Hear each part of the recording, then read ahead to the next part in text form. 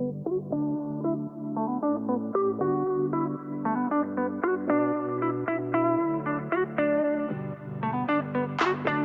to the Deeper 2025 podcast. I'm so glad that you've decided to join us today, the last day of March.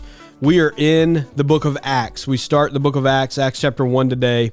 Let me read for us Acts 1, 13 and 14. It says, "And when they had entered, they went up to the upper room where they were staying. All these with one accord were devoting themselves to prayer, together with the women and Mary, the mother of Jesus, and his brothers." Let me set the scene for us, because earlier in this chapter, we see that Jesus, just before he ascended to heaven, he gives the followers some instructions. He actually gives them a mission, and he says, "You're going to be my witnesses, not only here, but there and everywhere to the ends of the earth."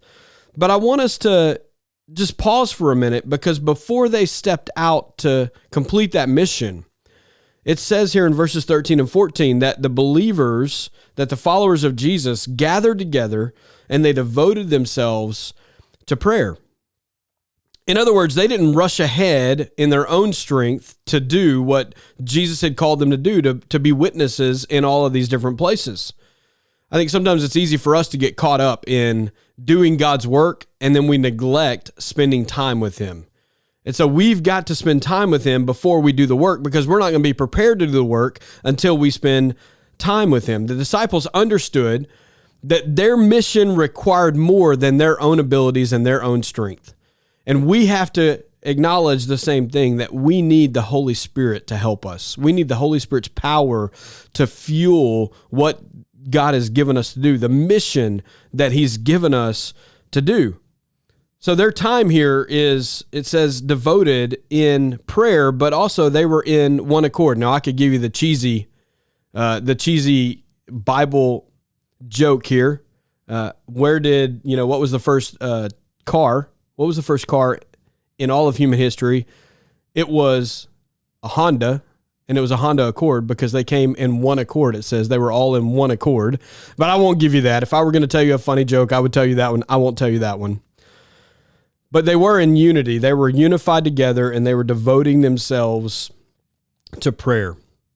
Their time here in prayer is going to prepare them for what's about to happen in Acts chapter 2. And tomorrow you're going to see in Acts chapter 2 that the Holy Spirit comes upon them, that there's this outpouring of the Holy Spirit, and it equips them to boldly proclaim Jesus to all those people around them. So what does that mean for us? Well, as I said in John 15 in that podcast, we've got to stay connected to God. Regular prayer and regular time with God keeps us aligned to the heart of God and the mission of God, but it also keeps us connected to the power that's going to help us to accomplish that mission.